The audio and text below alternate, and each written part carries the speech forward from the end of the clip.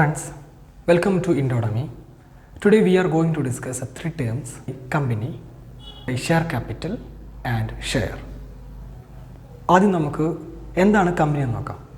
കമ്പനിക്ക് ഒരു common definition അല്ലെങ്കിൽ ഒരു മീനിങ് ഉണ്ട്. Company is an artificial person created by law with perpetual succession and a common seal. ഈ ഒരു സിമ്പിൾ മീനിങ്ങിൽ തന്നെ കമ്പനിയുടെ മെയിൻ ആയിട്ടുള്ള എല്ലാ ഫീച്ചേഴ്സും ഉണ്ട്.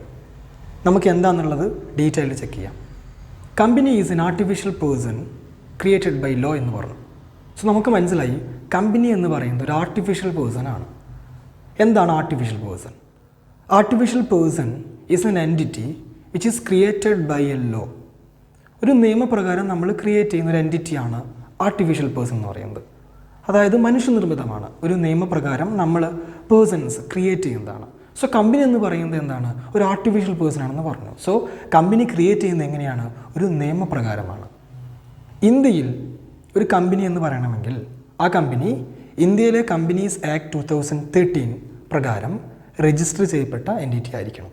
അപ്പോൾ ആർട്ടിഫിഷ്യൽ പേഴ്സൺ ആണെന്ന് നമുക്ക് മനസ്സിലായി. സോ ആർട്ടിഫിഷ്യൽ പേഴ്സൺ ആകുമ്പോൾ തന്നെ നമുക്കറിയാം അതിന് നമ്മൾ ചില സിറ്റുവേഷന് ഈക്വൽ ടു ഹ്യൂമൻസ്, അതായത് ലീഗൽ റീസണിങ്, നിയമപ്രകാരമായിട്ടുള്ള പല കാര്യങ്ങളിലും കമ്പനിയെ നമ്മൾ എന്തായി ട്രീറ്റ് ചെയ്യുന്നുണ്ട്? Treated as more or less as A human beings ആയിട്ട് നമ്മൾ ട്രീറ്റ് ചെയ്യുന്നുണ്ട് പല കാര്യത്തിലും. ഓക്കെ, ഇത് ആർട്ടിഫിഷ്യൽ പേഴ്സൺ ആണ് എന്ന് പറഞ്ഞാൽ നമുക്ക് ഒരിക്കലും എന്ത് ചെയ്യാൻ പറ്റില്ല. പല സിറ്റുവേഷനും നമുക്ക് അതിന് ഒഴിഞ്ഞു മാറാൻ പറ്റില്ല. കമ്പനിക്ക് അതിൻ്റേതായിട്ടുള്ള ഡ്യൂട്ടീസും റൈറ്റും റെസ്പോൺസിബിലിറ്റീസ് ഒക്കെ ഉണ്ട്. ഓക്കെ, അപ്പോൾ കമ്പനി ആർട്ടിഫിഷ്യൽ പേഴ്സൺ ആണ് എന്ന് പറഞ്ഞു. Next, with a perpetual succession. What you mean by perpetual succession? Simple നമ്മൾ പറയും it has a continuous existence. എന്താണ്? തുടർച്ചയായിട്ടുള്ള ഒരു നിലനിൽപ്പുണ്ട്. ആർക്ക്? കമ്പനിക്ക്. അപ്പോൾ നമ്മൾ ചിന്തിക്കും എങ്ങനെയാണ് ആ തുടർച്ചയായിട്ടുള്ള നിലനിൽപ്പ്? അതെ, നമ്മൾ ഹ്യൂമൻ ബീയിങ്സ് എന്ന് പറഞ്ഞാൽ നമ്മുടെ എക്സിസ്റ്റൻസ് എന്ന് പറയുന്നത് ഒരു ഫിക്സഡ് ലൈഫ് ടൈം മാത്രമാണ്, അല്ലേ? നമുക്കൊരു വർഷമോ അല്ലെങ്കിൽ എത്രയാണോ നമ്മുടെ ആയുസ് അതുവരെ നമുക്കുണ്ട്, നമ്മുടെ ലൈഫ് ടൈം ഉള്ളൂ. പക്ഷേ കമ്പനി എന്ന് പറഞ്ഞാൽ ഒരിക്കലും ആ കമ്പനിക്ക് ഒരു ഫിക്സഡ് ലൈഫ് ടൈം ഉണ്ടാവില്ല. നമ്മൾ കമ്പനി ഫോം ചെയ്യുമ്പോൾ ഒരിക്കലും പറയില്ല ഇത് 5 കൊല്ലത്തേക്കാണ് അല്ലെങ്കിൽ 10 കൊല്ലത്തേക്കാണെന്ന് പറയില്ല. കമ്പനി അത് കണ്ടിന്യൂസ്ലി എക്സിസ്റ്റ് ആയിരിക്കും. അതായത് the life of company is independent from life of its members എന്നുദ്ദേശിക്കുന്നത് കമ്പനി ഫോം ചെയ്യുന്നത് ഒരു കൂട്ടം പേഴ്സൺസാണ്, മെമ്പേഴ്സാണ്. ആ മെമ്പേഴ്സ് ഒരുമിച്ച് ചേർന്നാലാണ് കമ്പനി ആവുന്നത്. ഈ കമ്പനിയിലെ മെമ്പേഴ്സിന് എന്തെങ്കിലും സംഭവിച്ചാലോ, മരണം സംഭവിച്ചാലോ, അവർ ഇൻസോൾവൻ്റ് ആയാലോ കമ്പനിക്ക് ഒരിക്കലും എന്ത് വരില്ല? നിലനിൽപ്പ് പോകില്ല. കമ്പനി എന്നും അതേപോലെ ഇരിക്കും. നമ്മൾ സാധാരണ പറയുന്നൊരു സിമ്പിൾ എക്സാമ്പിളാണ് ഒരു കമ്പനിയുടെ ജനറൽ മീറ്റിംഗ്. നമ്മൾ ആനുവൽ മീറ്റിംഗ് കണ്ടക്ട് ചെയ്യാണ്.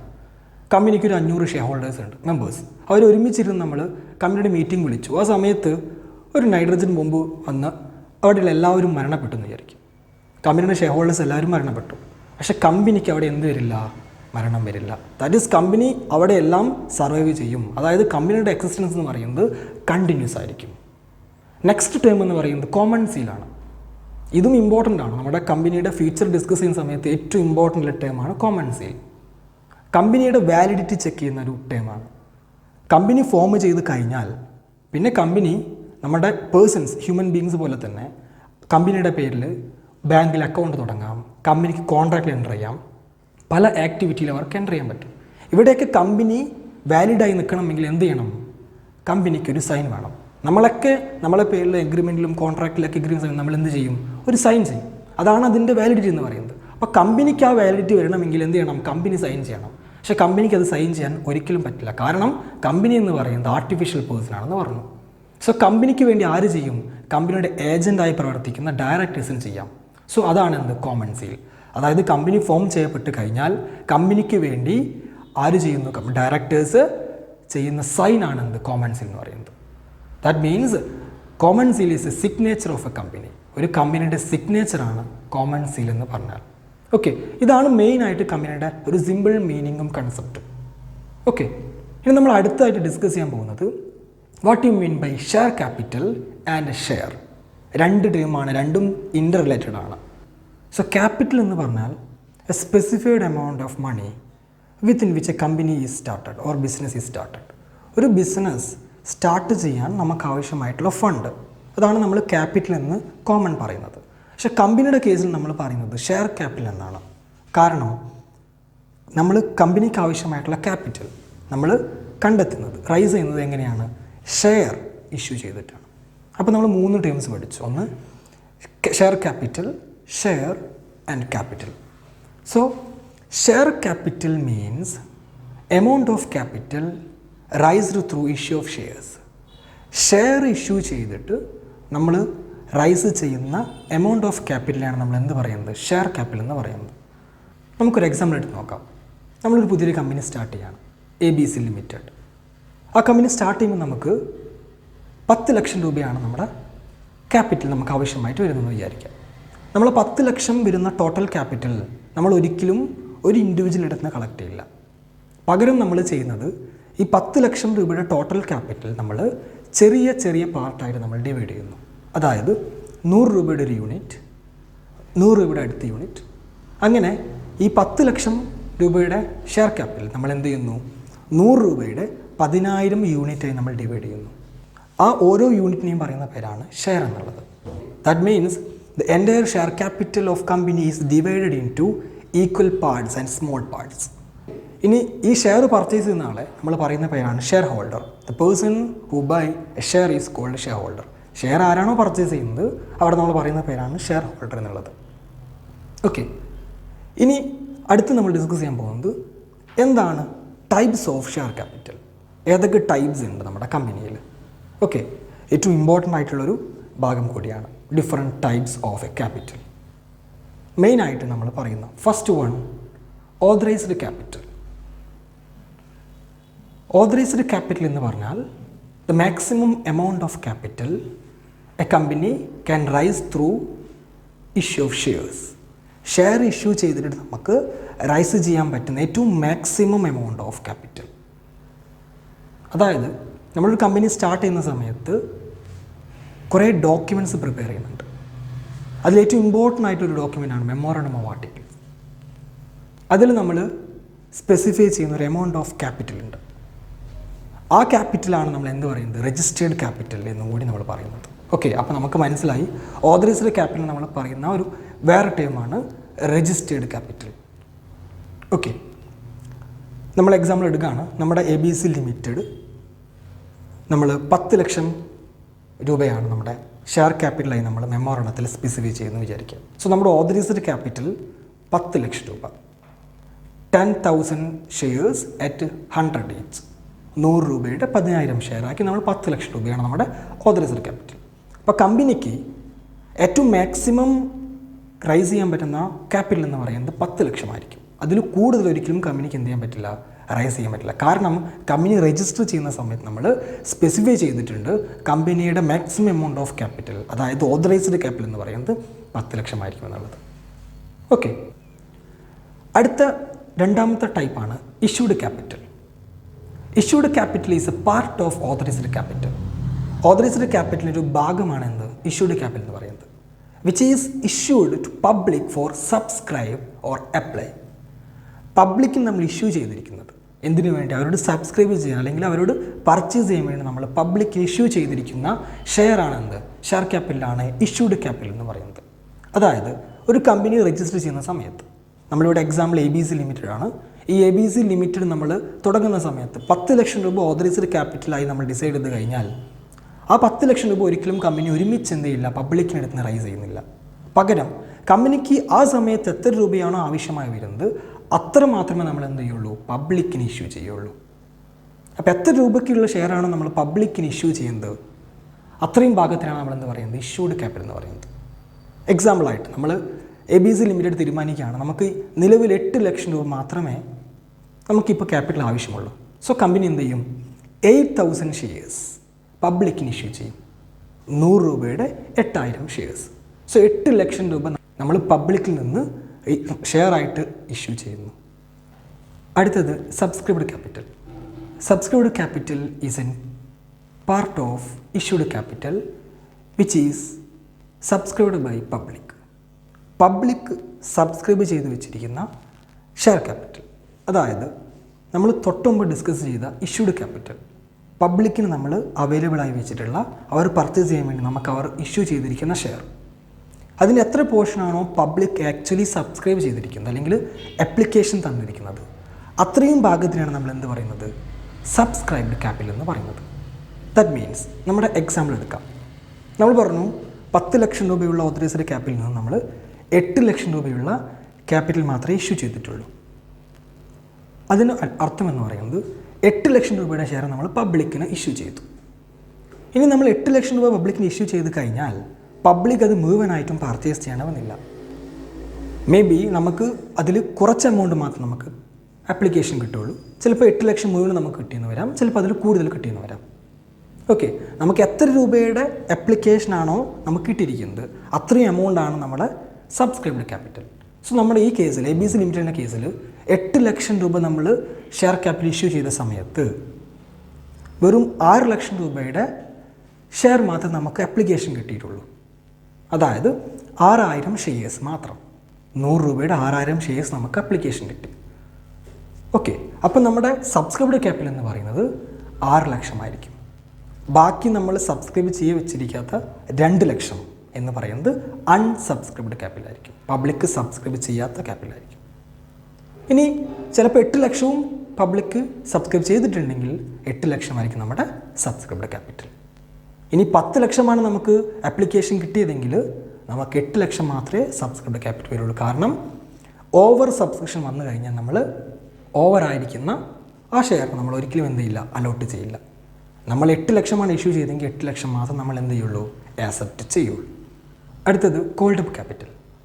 Called up capital is an part of subscribed capital which directors have called up from shareholders. നമ്മുടെ കമ്പനി ഡയറക്ടേഴ്സ് ഷെയർ ഹോൾഡേഴ്സിൻ്റെ അടുത്ത് നിന്ന് കോൾ ചെയ്തിരിക്കുന്നത്, അതായത് തരാൻ ആവശ്യപ്പെട്ടിരിക്കുന്ന എമൗണ്ട് എത്രയാണോ അത്രയും എമൗണ്ട് ഓഫ് ക്യാപിറ്റലാണ് എന്ത്, കോൾഡ് അപ്പ് ക്യാപിറ്റൽ. ഓക്കെ, നമ്മൾ ഇതിന് വേറൊരു മീനിങ് പറയുമ്പം it is an amount of capital the company has asked to share holders to pay. Share ഹോൾഡേഴ്സിനോട് തരാൻ പേ ചെയ്യാൻ ആവശ്യപ്പെട്ടിട്ടുള്ള എമൗണ്ട് ഓഫ് ക്യാപിറ്റൽ. ഇവിടെ നമ്മൾ ശ്രദ്ധിക്കേണ്ട ഒരു കാര്യമെന്ന് പറയുന്നത് നമ്മൾ 100 രൂപയുടെ ഷെയർ ആണെന്ന് പറഞ്ഞു. ഈ 100 രൂപ നമ്മൾ ഒരിക്കലും ഒരുമിച്ചല്ല കളക്ട് ചെയ്യുക. നമുക്കറിയാം ഷെയർ എന്ന് പറയുന്നത് നമ്മൾ ഇൻസ്റ്റാൾമെൻ്റ് ആയിട്ട് നമ്മൾ കളക്ട് ചെയ്യുക. അതായത് 100 രൂപ എന്ന് പറയുന്ന ഷെയറിൻ്റെ ഫേസ് വാല്യൂ നമ്മൾ സ്പ്ലിറ്റ് ചെയ്യും. ഒന്ന് ആപ്ലിക്കേഷൻ മണി, രണ്ടാമത്തത് അലോട്ട്മെൻറ്റ് മണി, മൂന്നാമത്തത് കോൾ മണി.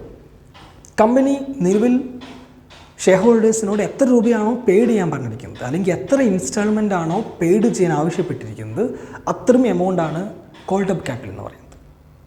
അതായത് ഇവിടെ നമ്മുടെ ABC ലിമിറ്റഡിൽ നമ്മൾ 30 രൂപയുടെ ആപ്ലിക്കേഷൻ മണിയും 30 രൂപയുടെ അലോട്ട്മെൻറ്റ് മണിയും ഇത് രണ്ടുമാണ് നിങ്ങളോട് പെയ്ഡ് ചെയ്യാൻ പറയുമെന്ന് വിചാരിക്കും. അപ്പോൾ നമ്മളോട് പെയ്ഡ് ചെയ്യാൻ പറഞ്ഞിരിക്കുന്ന ടോട്ടൽ എമൗണ്ട് എന്ന് പറയുന്നത് 60 ആയിരിക്കും അല്ലേ.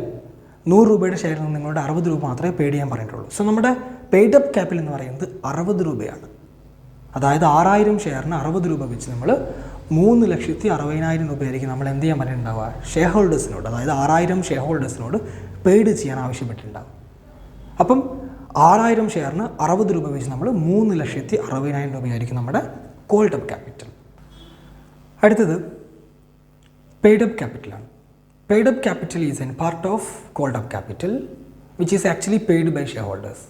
ഷെയർ ഹോൾഡേഴ്സ് പെയ്ഡ് ചെയ്തിരിക്കുന്നത് എത്ര രൂപയുടെ ക്യാപിറ്റലാണോ അതാണ് പെയ്ഡ് അപ്പ് ക്യാപിറ്റൽ എന്ന് പറയുന്നത്. അതായത് നമ്മൾ തൊട്ട് മുമ്പുള്ള എക്സാമ്പിൾ പറഞ്ഞു, കമ്പനി കോൾ ചെയ്തിരിക്കുന്നത് 6000 ഷെയറിന് 60 രൂപ വെച്ചാണ്, അതായത് 3,60,000 രൂപ. അത്രയും രൂപ നമ്മൾ 6000 ഷെയർ ഹോൾഡേഴ്സ് നമുക്ക് തരണം. ഓക്കെ, ഇനി നമ്മുടെ ഷെയർ ഹോൾഡേഴ്സ് നമുക്ക് 60 രൂപ വെച്ച് തന്നു, എല്ലാവരും തന്നു വിചാരിക്കും. അപ്പം നമ്മുടെ പെയ്ഡ് അപ്പ് ക്യാപിറ്റൽ എന്ന് പറയുന്നത് 3,60,000 ആയിരിക്കും. അതായത് നമ്മൾ എത്രയാണോ അവരോട് തരാൻ ആവശ്യപ്പെട്ടിരിക്കുന്നത് അത് മുഴുവനാകും നമ്മുടെ ഷെയർ ഹോൾഡേഴ്സ് നമുക്ക് പെയ്ഡ് ചെയ്തിട്ടുണ്ടാവും. അപ്പോൾ ആക്ച്വലി നമ്മുടെ ഷെയർ ഹോൾഡേഴ്സ് എത്രയാണോ പെയ്ഡ് ചെയ്തിരിക്കുന്നത് അതാണ് നമ്മുടെ പെയ്ഡ് അപ്പ് ക്യാപിറ്റൽ. ഓക്കെ, ഇനി നമ്മുടെ കമ്പനിയുടെ കേസിൽ ചില സിറ്റുവേഷനിൽ നമ്മുടെ ഷെയർ ഹോൾഡേഴ്സിൽ പലരും ഡിഫോൾട്ട് വരുത്തും. നമ്മൾ തരാൻ ആവശ്യപ്പെട്ട എമൗണ്ട് മുഴുവനായും തരാതെ ചില എമൗണ്ട് നമുക്ക് പെയ്ഡ് ചെയ്യാതിരുന്ന് വരാം. ഓക്കെ, അങ്ങനെ വരുന്ന സിറ്റുവേഷനിൽ നമ്മൾ പറയുന്ന പേരാണ് കോൾസ് ഇൻ അരിയർ. നമ്മൾ തരാൻ ആവശ്യപ്പെട്ടു, കോൾ ചെയ്തു, പക്ഷെ അവർ തന്നിട്ടില്ല, അതായത് അരിയറായി വെച്ചു. That means calls in arrear. So നമ്മൾ പെയ്ഡ് അപ്പ് ക്യാപിറ്റൽ കണ്ടുപിടിക്കുമ്പോൾ കോൾഡ് അപ്പ് ക്യാപിറ്റലിൽ നിന്ന് കോൾസ് ഇൻ അരിയർ എത്രയാണോ ആ എമൗണ്ട് മൈനസ് ചെയ്തിട്ട് വേണം നമ്മുടെ പെയ്ഡ് അപ്പ് ക്യാപിറ്റൽ കണ്ടുപിടിക്കാൻ. അതായത് നമ്മുടെ കോൾഡ് അപ്പ് ക്യാപിറ്റൽ എന്ന് പറയുന്നത് 6000 ഷെയറിന് 60 രൂപ വെച്ച് 3,60,000 ആണ്. ഓക്കെ, നമ്മളത് കോൾ ചെയ്തു, തരാൻ ആവശ്യപ്പെട്ടു. നമ്മുടെ ഷെയർ ഹോൾഡേഴ്സിൽ വെറും 5900 ഷെയർ ഹോൾഡേഴ്സ് മാത്രമേ നമ്മൾ ആവശ്യപ്പെട്ടിട്ടുള്ള തുക തന്നിട്ടുള്ളൂ എന്ന് വിചാരിക്കാം. അതായത് 5900 ഇൻറ്റു 60 റുപ്പീസ്. ഓക്കെ, നമുക്ക് 3,54,000 രൂപ നമ്മൾ റിസീവ് ചെയ്യും. പക്ഷേ ആക്ച്വലി നമ്മൾ കോൾ ചെയ്ത എമൗണ്ട് എന്ന് പറയുന്നത് 3,60,000 ആണ്. 6,000 രൂപ എന്ന് പറയുന്നത് നമ്മൾ റിസീവ് ചെയ്തിട്ടില്ല. ഈ എമൗണ്ട് നമുക്ക് തരാതിട്ടുള്ള 100 ഷെയർ ഹോൾഡേഴ്സിൻ്റെതാണ്. അതായത് കോൾസിൻ്റെ അരിയർ നമ്മൾ ആവശ്യപ്പെട്ടിട്ടും തരാതെ അരിയറായി വെച്ചിരിക്കുന്ന എമൗണ്ടാണ്. So called up capital minus കോൾസിൻ്റെ arrear is equal to paid up capital. അടുത്തത് reserve capital. Reserve capital is a portion of uncalled capital which is kept in reserve by company and which will be called up only in the event of winding up. നമ്മുടെ കമ്പനിയിൽ നമ്മൾ അധികം ആരും ശ്രദ്ധിക്കാത്തൊരു ടൈപ്പാണ് reserve capital. അതായത് നമ്മൾ പറഞ്ഞു it's A portion of uncalled capital. നമ്മൾ കോൾ ചെയ്യാതെ വെച്ചിരിക്കുന്ന എമൗണ്ട്, നമ്മളെ ഷെയർ ഹോൾഡേഴ്സിൻ്റെ അടുത്ത് നിന്ന് നമ്മൾ കോൾ ചെയ്ത എമൗണ്ടാണ് കോൾഡ് അപ്പ് ക്യാപിറ്റൽ. ആവശ്യപ്പെടാതെ വെച്ചിരിക്കുന്ന എമൗണ്ട് അതാണ് അൺകോൾഡ് ക്യാപിറ്റൽ.